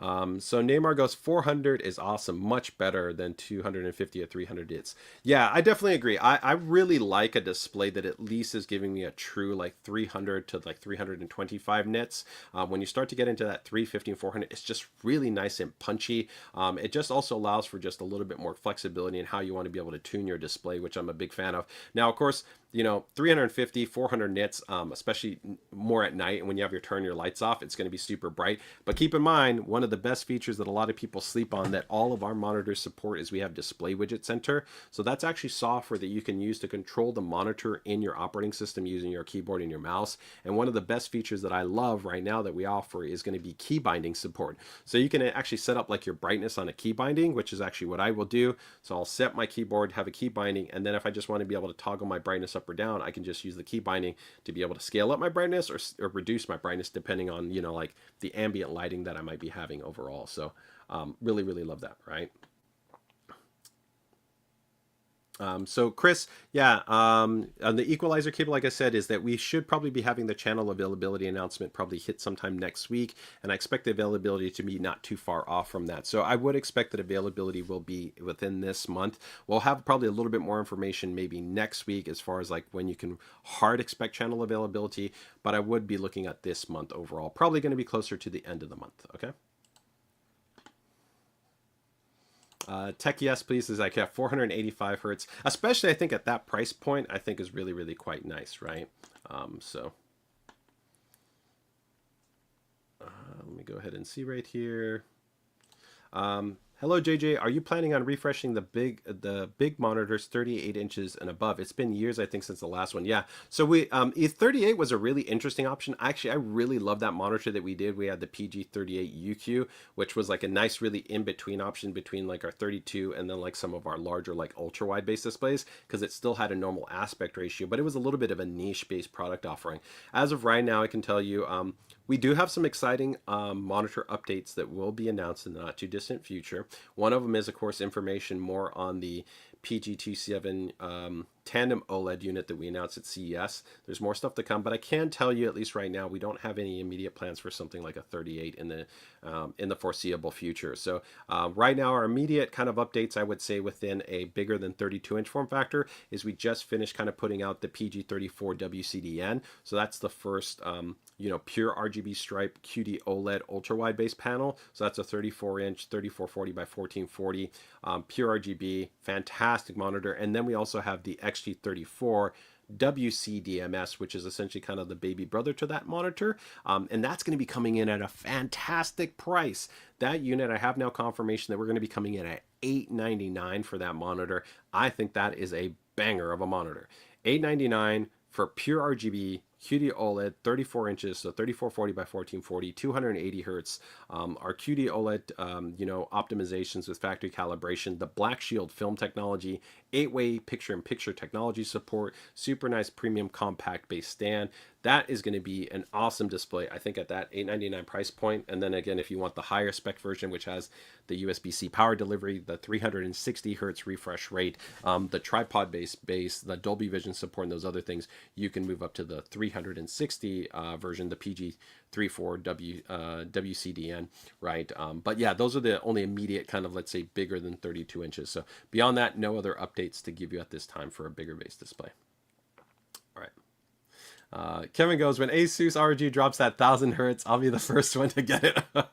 All right, I'm gonna hold you to it. Okay. Let's see. Speaking of monitors, when will be the availability of the PG34WCDN here in Europe? I managed to get the AQWP-W, but wanted to get one of those two for some of the games. Yeah. I can't speak to Europe. I'm sorry about that, man. I can only speak to North American base availability, but I would assume that Europe is going to probably be pretty close to us as well. You might need to reach out to wherever you're at in Europe. I don't know if like it's in Germany, take for instance, or wherever it might be, or if you're in the UK, check with the ASUS representation in that, because they will have variation as far as which model they might bring in. Keep in mind for the PG34, like I said, they also might be considering if they want to maybe bring in more the XG34, because like I said, it's effectively the same exact monitor. Really, the main difference is 360 or 280, right? Then the bases are going to be different. The XG has the more compact kind of base, and then the PG has the more tripod base, which I know some people really like the more compact base, but I will tell you for the 34-inch, I really like the tripod base because it has outstanding stability, especially when you start to move the display. And then the USB-C connectivity. So the PG, of course, has USB-C with high wattage power delivery support, and it also has Dolby Vision. But otherwise, every other feature, so the Black Shield film, the picture-in-picture, the BFI support, right, all of the stuff is exactly the same between the panels. It's just, like I said, those key differences between that. But I would expect also for the EU, overall availability should be this month. You should be seeing the monitor for sure, I would say, this month. And the XG, if it's not right there alongside it, it'll probably be just right behind it in terms of the overall availability. Okay. All right. Oh man, Tech, thank you so much. ROG worth the upgrade. Yeah, you get a thumbs up from me. Yeah. All right, fantastic. Hey, what is it? Artisvia? I'm sorry, I don't know how to pronounce that, so I'm gonna have to double check and try to see about that. But fantastic to have you join us here on the stream. So thank you so much. So where was that? So we were talking about the dual mode LCDs. We talked about the dual mode LCDs. So I think I dropped those all in the chat, right? So I think you guys should have that. So we've got one other monitor that I want to be able to touch on here that's actually a little bit different. It's on the creator side of the fence, but this time instead of LCD, we're going to be talking about OLED. So we already had an amazing option with our PA27UCDM, which was going to be a QD OLED 4K 240 hertz ProArt series based monitor. Some actually users that were even on the gamer side, even though it was a ProArt monitor, loved it because I've also had a really premium ID design where it's one of the only monitors that we have that's like a full metal body. It also has Thunderbolt technology built into it, and it also has what's called a hardware calibration IC. So we now are actually releasing the baby brother to this monitor, which is going to be the ProArt PA27UCDMR. I like this one even more than the 32-inch, but that's just because my personal preference is I love PPI. I love a really, really sharp monitor. So 4K at 27 inches is a fantastic, really, really sharp PPI. So we bring along all of those other great technologies that we already had with the UCDM, and we pack that into even a more pixel dense display, right? And I think it's just going to be a win-win-win. So here, what do we have with this guy? If we take a look at the kind of the core specifications, really, really nice. So this is going to be your 27-inch, technically it's 26.5 viewable, right? So 4K, 240 hertz QD OLED. They have 1000 nits in terms of the peak rating. It does have a true black kind of target profile, which allows for 400. Now keep in mind that a sleeper thing that sometimes people don't realize is the ProArt series has even a much more advanced OSD menu because, of course, it's designed for creators and professionals. So if you really want even more comprehensive tuning parameters, although on our ROG gaming displays, we are the best in the industry. Nobody has a more advanced OSD menu. We have things like 6-color access. We have gamma-based adjustment options. even on ROG displays. You have all of this and even more on a ProArt based monitor. But one of the things that a lot of people don't aware is, of course, a ProArt monitor, we even have a more stringent level of factory calibration than we have on ROG. So on ROG is going to be generally a delta of 2, right? And then on our highest end ProArts, we're going to go with the delta of 1. So it's even a tighter level of color calibration that we're doing from the factory. Plus, these units have a hardware calibration IC built into them. So what is a hardware calibration IC? It means that there's a little chip that's built into the monitor that can store all of the color data. Now, this is important if you want to be able to run third-party calibrations. Normally, when you run a calibration, it's going to be stored on the computer. So let's say if I had two devices, like I had a laptop and I had a desktop. If I connect my laptop, but I had the calibration done on the desktop, actually the colors are not going to be the same because the calibration data is stored on the device that you do the calibration on. But the cool thing that we have here is that when you have a hardware IC, you can save the calibration data to the inside of the monitor. And that means doesn't matter if I connect 3 different systems, even if they're different operating systems, one's Mac and the one's the PC, it doesn't matter. They will have the same color consistency across any device I use because the monitor is storing the color calibration data inside of the display.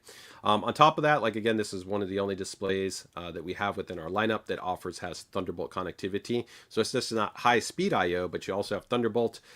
You also, of course, have 96 watt power delivery, and you have the USB-C hub technology also built into this unit. And you'll also see just this really nice premium quality stand, which I think looks great.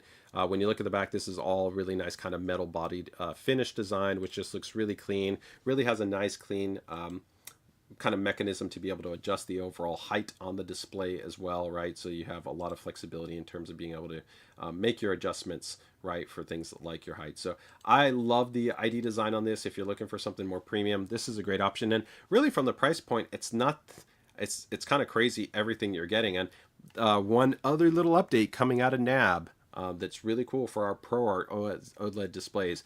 We were already industry leading. So ProArt was the only monitor in the industry where we were giving you 3 years standard, but then 5 years if you registered your monitor on LCDs.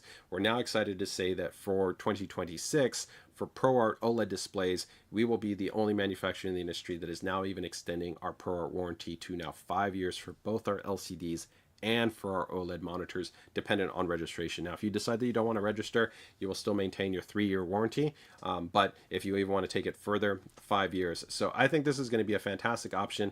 And the kicker on this one is actually, I really think, the pricing. So I want to go to our promo field, and let me go over here because I had I think the page up right here. So this monitor right now, like, what do you think maybe the price is? It's right now. You can see, guys, right here. It's normally $1,300, which is a great price. It's $200 off, $10.99. We actually already sold out of it. Click on the notify me. We will be running actually more sustained inventory. And right now we have, continuing for NAB, we actually have some awesome promotions that are going on. These might actually be the best promotions that I've ever seen us do for our ProArt series monitors, maybe in the last like 3 years that I think we've ever done.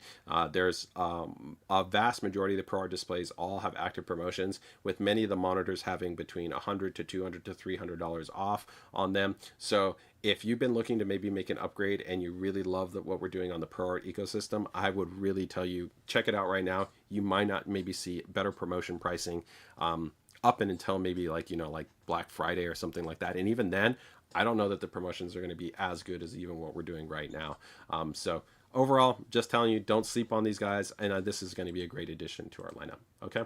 So let me go ahead and drop this one in the chat if you guys want to check it out. But I think it's a great option here. Let me go ahead and see right here. So Neymar goes, yeah, 5 years. Wow, I need to exchange my monitors for ProArt. Yeah, I mean, keep in mind, again, all ASUS monitors, it doesn't matter from our entry-level monitors, if it's a $100 ASUS, just name monitor, it's a 3-year warranty. So everything always has a 3-year warranty.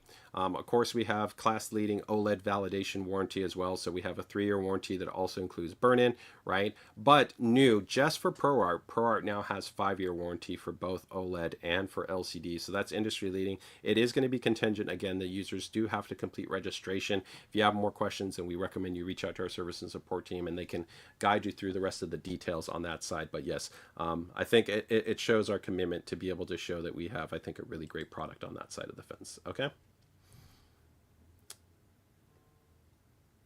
Um, yeah, I'm a student. To be honest, I always try to use discounts. Yeah, and keep in mind that we do have a new login option.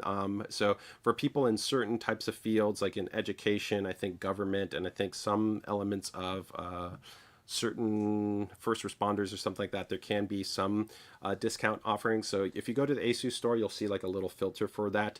You can kind of look into that. But yeah, I think overall, some good options there.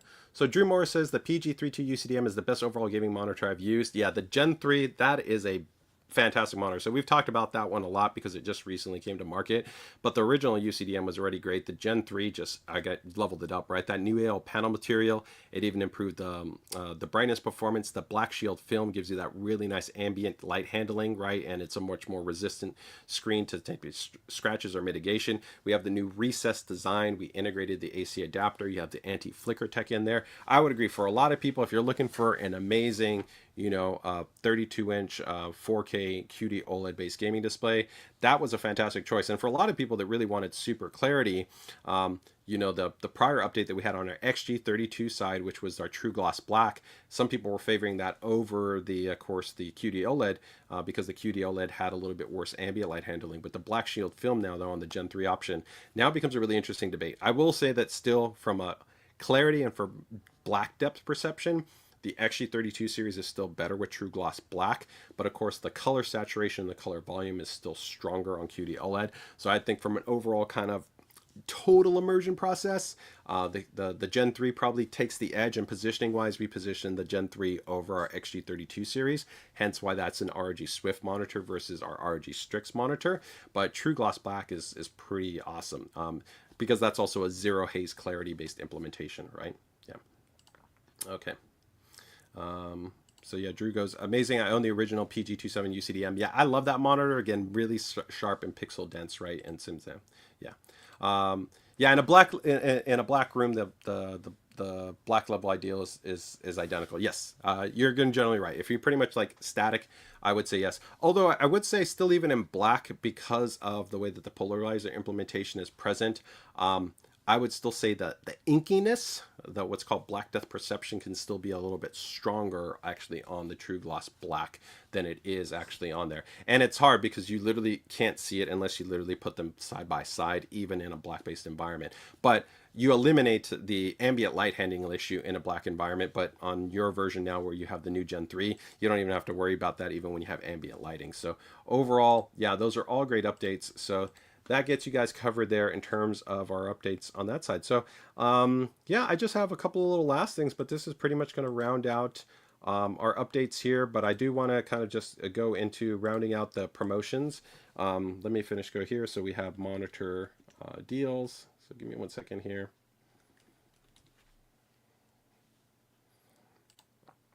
So I do want to just share with this, and I'll share the link there, is that for anybody that is looking for any monitor upgrades right now, again, right now we have a lot of really great promotions that are going on for a lot of displays. So again, you can saw that I saw for that UCDMR, again, $200 off. You can see here, this is one of our flagship mini LEDs. You can see $300 off from $1,900 to $1,600. But even if you go down to some of our like OLEDs right here, this is $250 off for our prior generation 34-inch ultra wide, which is still a fantastic option. I love this one. This is still a beautiful, great QD OLED panel. It's 3440 by 1440, 175 hertz. It has the updated Neo proximity sensor on there. And again, $750. This is an awesome monitor. Or like Drew, who's just talking about, he has kind of like the QD OLED version of this monitor versus like the WOLED monitor that we're using in this version, because that's the cool thing about ASUS. We've actually been offering both, but this is a great option here too. Normally $1099, $190, almost $200 off for 900, essentially $900. You can get the 4K 240 with also that FHD toggle that has the 480 hertz on this one. So some great options again, and you can just see other ones like this MRL5A. This is a 310 hertz, 24-inch, right? Full HD base monitor for $150, $50 off. But you can see here, our 6K monitor, $250 off, going from $1,300 to $1,050, right? This is that 300 hertz 1440p monitor. If you remember, what did I say? What was the MSRP? $300, $230 right now. That might be the monitor to beat from like a sweet spot for most gamers. That monitor is bold and bright, super fast in terms of the motion clarity. Like that is a very hard monitor to beat. Like consider that like for $400 for the price of like that 4K dual mode monitor, which is fantastic and it has even a higher refresh rate for like the 1080p. But I could literally get two of those side by side, have them be color matched. That's actually a wide gamut monitor. It has over, I think it's like 130% sRGB on that one as well, higher than standard SDR brightness, again for $230. That's a tough monitor to beat. Again, but you can see a lot of really nice promotions. The XG27UCGR, which this is like the baby brother to the one that Drew also talked about, where he had the PG version. That's a slightly higher end version that has Dolby Vision support and some other stuff. But this one again, 900. You can again see a lot of really nice options. The 5K monitor, which has been super popular already, great price savings, $800, $700. This might be one of my favorite ones. This is going to be the last one I'll talk about on a ProArt monitor promotion. But this guy right here, this is our ROG Swift OLED PA27UCDMR. The ROG monitor arm alone is like a $200 almost product. The fact that you literally, for $550, you get a 1440p, 240 hertz, right, OLED panel, right, and you get the ROG monitor arm with it, right, for $550. That is awesome. That is that setup right there, that whole setup, it's literally out of the box. You have that. That to me is a fantastic deal. This is literally, for me, every time we put this package on promo, I'm like, that's an amazing deal. And that monitor arm, man, that monitor arm looks so good. If you guys haven't seen this monitor arm, I mean, look, it's got this really cool all metal C-clamp design, this little translucent. It's got the red spring in there, right? It's awesome. Looks great. And even if you upgrade the monitor later to a bigger monitor, this monitor arm is rated for even supporting like our bigger display. So if you went to like a bigger like 32-inch monitor or like a 34-inch monitor, it can totally also work for this with the ROG monitor arm. But this guy, again, I think at this price, that is a really, really tough one to beat. So I'm going to drop this in the chat here for you guys if anybody wants to check out a look at any of these promotions. Right now, like I said, I think this is some of the best promotions that we run on some of our displays in a very, very long time. So yeah, definitely check those out as well. Oh man, Drew is definitely a hardcore guy and likes the premium stuff. He also has the AQWP-W. Yeah, that's fantastic. So you got the peak right there. So you got the True Gloss Black, you got the tandem technology, you got the latest generation QD OLED. We'll have some other exciting stuff for you too, Drew. It seems to be like you like the really nice stuff. So just watch it there. It's going to be coming in the not too distant future, right?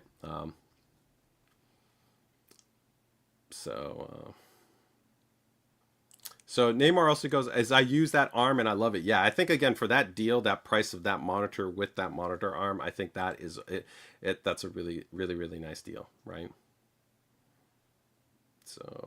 So yeah, that takes care of some great monitor promotions. I think that you guys can go ahead and check out. So that pretty much wraps up everything that I wanted to talk about. I have one last promotion deal on here and just a couple updates on the chassis cooling side, and that'll wrap anything up. So if anybody has any last questions, feel free to drop them. But if not, we're going to go ahead and pretty much get ready to wrap things out shortly here. So moving from monitor deals, I did want to go ahead and quickly touch on a really great networking deal that we do have. So this, I think, is one of the biggest values that I've seen that we've done in all of 2026 and even I'd say in recent memory. So this is going to be for our BD5. The BD5 is our entry-level Wi-Fi 7 mesh networking product. Now, it's not a tri-band based product, but still by performance, this is still, it has 2.5 gigabit WAN and LAN support based into it. And you can get truly actually multi-gig level throughput. So you can literally have, upwards of, 1.6, 1.7 gigabits of throughput, and actually maybe even faster than that in terms of the overall throughput performance, especially when you're talking about the nominal range. But I think the most compelling item is that the single pack and the two pack are already outstanding value props, right? These come with 3-year warranties. You have the ability to run VPN on the unit. You have no paywalls like some competitors out there from like literally like Eero that has a paywall, Netgear that has a paywall, TP-Link that has a paywall. For if you want parental controls, guess what? I'm going to start charging you $10 a month for literally your parental controls. If you want more advanced the security functions, you're also going to have to pay for other kind of features that are based on subscription. Everything that we're going to give you is built into the actual firmware of the product. We also have the best in class flexibility on how you manage our network, where we don't require actually a cloud connected account to be able to manage your unit. If you want to be able to do it locally, you can do that. If you also want to be able to have remote access, you can do that. If you want to be able to use your iPhone to manage it through the app, you can do that. If you want to use your Android phone, you can do that. Or if you want to dial into the web, you can do it that way. Tons of comprehensive features, tons of stuff that I've talked about in the past. But if we just come down to a pure price point, the normal 3-pack is normally $350 for 3 units. Now, if we talk about coverage, 3 units is going to give you up to 6,800 square feet. This pretty much for like 90% of people is going to give you outstanding coverage. Make sure that you have a great connected experience wherever you are. And I would argue that you're probably going to be able to maintain I'd say at least around probably 750 to upwards of over a gigabit of wireless throughput around that entirety of that connection experience. So it works really, really well for fast speed by ISP connections. What do we have this on promo right now? You can actually pick up this ZenWiFi BE5000 pack from Best Buy on a promo right now for $199. That's $150 off. So $150 off for the 3-pack solution, right? That's just insane to me from a price standpoint. So if you've been wanting to kind of really resolve any pain points that you have in terms of your connected experience, we have consistently been ranked at the top end. You can check out independent sources, go to like PC Magazine. You can see that we have been able to be consistently end user ranked, not only in terms of the usability, but the performance and our feature set. It's a fantastic product. I really love this unit. I think it's a great option for, like I said, the vast majority of people, unless you really, really need that 6 gigahertz band, which would really be the next big upgrade to make when you move up into our product stack. This price point alone, again, for this price, I think is just a banger of a deal. Almost look at it from this. The money that you save, if you even want to have more crazy coverage, you could buy our BD5 Outdoor, which is an outdoor AP that you can mount to the outside of your house. So if you wanted even more coverage to be able to cover like, external driveway, patio, backyard area, pool area, right? A more unincorporated space in your backyard, that's like $160 or something like that. It's literally like almost being able to buy that unit for free, and you would even have even more coverage, right, at the same cost that normally the 3-pack would be in. So yeah, I would tell you, consider checking that guy out. I think it's a great option there. So that is going to be the BD5. I'm going to drop the Best Buy link in there for you guys, just because that's the one that already has the current price promotion reduction. If you were to search that right now, even on the ASUS website, where that's still a great deal, but it's at its normal price. It's $350. So I'm dropping the Best Buy link in there because the Best Buy link right now, we've got it for that $199. Buy that guy, because that is a great option if you're looking to be able to upgrade your Wi-Fi right there. Okay. Namor, what was the question you're asking about? Which AP? I'm not sure what you mean. So if you can clarify that, I'll answer that for you. Kevin goes, I love the network stuff. Yeah, and Kevin's got a lot of experience. Actually, I'm pretty sure Kevin's got an ASUS mesh network set up. So I think he can probably attest to how easy it is to be able to actually use our AI mesh deployment and setup, and then be able to manage everything through our ASUS router app. It's really just a great, consistent, easy experience to be able to work with. So thanks for your feedback, Kevin. I appreciate that there. So I just wanted to ask about the pump on the new STRIX LC4 versus the one on the Ryogen 3 Extreme. How do those compare cooling wise? I would like to go with the Glacial, but I don't want to use the performance. Yeah, so that's a good question. So the Ryogen 3 Extreme is a very performant unit in terms of actually the radiator. So when we talk about the upgrades that we had with the regular Ryogen, right, to the Ryogen Extreme, it wasn't really the pump that what I would say changed too much. The bigger change was actually going to be within the fans, and then you were also going to be looking at the thickness of the radiator. So the thickness of the radiator alongside those fans helped to do some additional lifting to be able to even give you a higher level of performance in that regard. I would overall say comparability. I'm actually going to be doing a more of a direct A and B test for this, for people that are kind of like wanting to have that type of information to kind of say like, hey, I don't want to necessarily have a downgrade on that regard, but overall I wouldn't worry about it. There's actually a change though within the fans that are being utilized on that model compared to the fans that we also have on the on the Ryogen 3 Extreme. But overall, I would tell you, you should be pretty much in the same class. I don't expect that you would see overall any performance differential in that regard. I think right now the Ryogen 3 Extreme, right, those are our highest performing, because those go up to 2800 RPM plus or minus 10%, because there's always some variability in that regard, right? And what I think that the Static pressure is really the biggest benefit of those because they're technically rated at over, I think, like 5 in terms of the static pressure performance. But overall, I wouldn't worry about it. If you feel like you want to be able to have that super streamlined experience and be able to match the experience, you're going to be fine going with the Strix LC4. Plus, you even get that nice bigger display because that's got an over 5-inch display, which before the Ryzen 3 Extreme was the biggest display you could get, and that one even goes bigger. But overall, yeah, just watch out. I will be covering that. I actually already have the test unit here to be able to do the testing. So we're actually going to do that on stream. We'll go into that. We'll get you covered on there, so I wouldn't worry about that, man. Okay. Oh, yeah, outside AP. Yeah, I can show that really quick. Give me 1 second right here.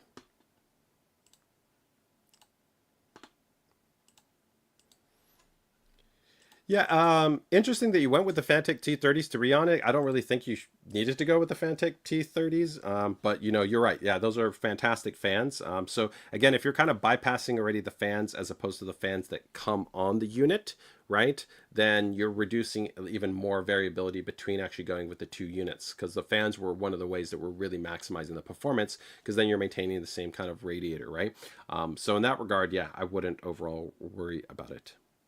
But BD5 outdoor, yes. So answering your question, Neymar, this is the actual unit that I was talking about. So keep in mind that all of our units that have AI mesh support, which is pretty much every router that we make, whether it's a regular router or whether it's a mesh networking product, you can always scale them out. You can always add more ASUS products to keep adding more coverage. But this is a new product that we released towards the end of last year to this year, which is specifically designed for an outdoor configuration. So this is, you can see it's our BD5 outdoor. And this differs in a couple of ways, right? The first one is, of course, is that it has standard power support. So that means you could power it via an AC power connection, but it actually also supports power over Ethernet, which we also have a power over Ethernet switch. So of course, the benefit there is you can run power over Ethernet switch much more flexibly, much longer distances from one point to another point if you need to do that. This also has full IP certification, so IP65, so it's designed to be left outdoors, right? So if there's going to be rain, if there's going to be sleet, if there's going to be snow, high temperature considerations, all of this stuff. So this is designed to be mounted externally outside, so like on the side of your house, to again be able to give you more coverage for, again, like I said, like garages, wall, extended kind of unincorporated spaces in your backyard, things along those lines, if that's what you're looking for. There's also different types of actually deployment options in terms of how you can mount it. So you can see, like, you can do a pole mount, you can do a wall mount. You have different types of actually mounting configurations available to you. And this is easy. You just go into the ASUS router app, it attaches over to your other mesh that you have within your ASUS node, and bam, you're good to go. So yeah, you can see $180 here for the BD5 outdoor. So this is our first formalized outdoor product that adds in additional coverage if that's what you if you need based on your kind of environment. Okay. Yeah. Okay. So yeah, guys, that pretty much takes care of everything. I'm just going to run through a very quick chassis update here at the end. This is going to wrap anything else. So unless anybody has any other questions, we'll pretty much wrap this up as soon as I close these guys out. And if you guys want to, ask anything, feel free to go ahead and ask while I go through this. But this is going to kind of just be a quick run through on some cool updates that we have on the chassis side of the fence. And some of the cooling products. So just a couple of things that you're going to be seeing coming, as I can tell you that we are going to be confirmed bringing in this A32 chassis. Originally, it wasn't 100% planned, but I'm actually really excited about this. This is going to be our cheapest, essentially dual chamber panoramic based chassis option. So before, we already had this guy, which is the A31, which I absolutely love. But if you want that little bit more kind of compact based design, we are going to be having a white and a black model of this one that's going to be coming in. It's just got a nice, clean, minimal design language there, as opposed to maybe some of the little bit more stylized branding elements that we have for, like, let's say tough gaming, or let's say for the ROG based chassis. So yeah, we're going to be having this guy coming in, again, white or black, the A32. Probably availability is going to probably be late this month. So watch out if you're interested in having a dual panel compact based chassis option. This is going to be definitely smaller than what we would have with like our GT502 Horizon, which is our much larger dual chamber panoramic based chassis option. That one still also has the internal lighting kit, which is really cool. But again, this one will be coming in the not too distant future.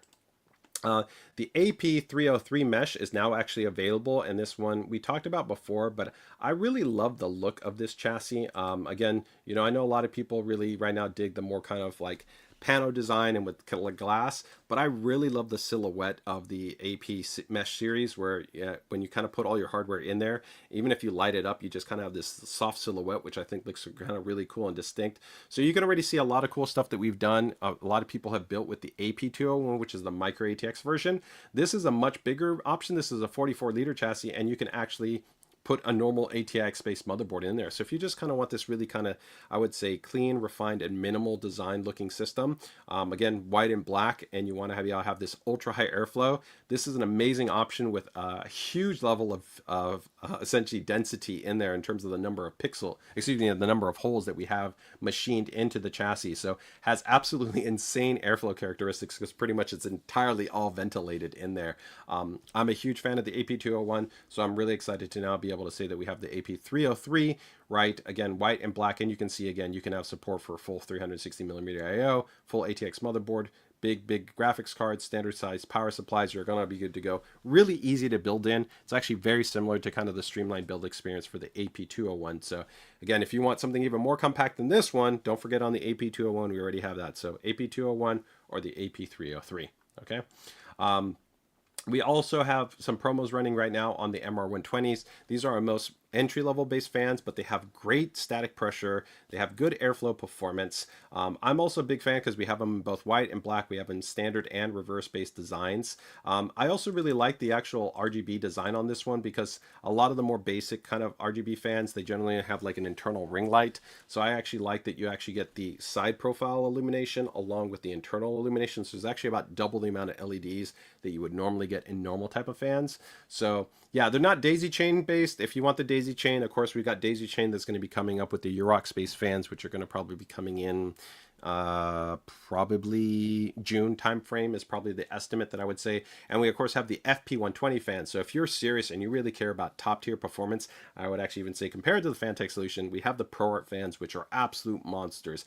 And they're absolutely fantastic because they also have a daisy chain magnetic design, which you don't normally see on a normal non-RGB fan. So you get the best of both worlds. You get outstanding static pressure, outstanding build quality, outstanding airflow, and you also the simplicity of that daisy chain magnetic design. So the FP120s are probably going to be available within the next week or two.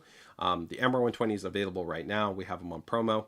And then on the AP602, so this is our larger size ProArt chassis. Super fantastic chassis, a lot of really cool stuff about it. Has two massive 200mm, 38mm thick fans already pre-installed, a thicker rear 140mm, 20mm thick fan already all pre-built in. But the thing that some people don't realize is that we actually have different wood versions that we've also recently introduced. So we have the standard model, which we call the wood edition right here, which if you kind of bring it up, you'll see kind of has like this little bit of a darker tone to it. But we've also released the retro brown edition. So the retro brown edition actually has like a little bit more like a chocolate type of color kind of brown. So if you really like that warmth of the brown, which I really like that, then you might want to consider the retro brown edition version versus the standard wood edition. So just keep in mind, we have the retro brown and we have also the standard wood edition, and then we also have the non-wood edition. So you can literally actually get three different chassis. There's the standard PS602, 602 wood edition, and then the 602 wood edition, but that is retro brown. Okay. And that also extends to the PA401. So the PA401, which is the smaller version of the PS601, which still does ATX-based builds, but is limited to a 240mm base cooling solution as opposed to a 360 or even 420, which the PA602 supports. Is that one also comes in different editions as well. So you have the wood edition, which also recently launched after the original PA401. So if you want to be able to check that one out as well, you can see right here, here's the wood edition. And we also have this new one in a different lighter color wood. So again, even when you look at it, there's the standard PA401, there's the PA401 wood edition, and then you also have the variant, which will be much lighter in terms of the color scheme. So I just wanted to give some soft updates on that side as well. Okay.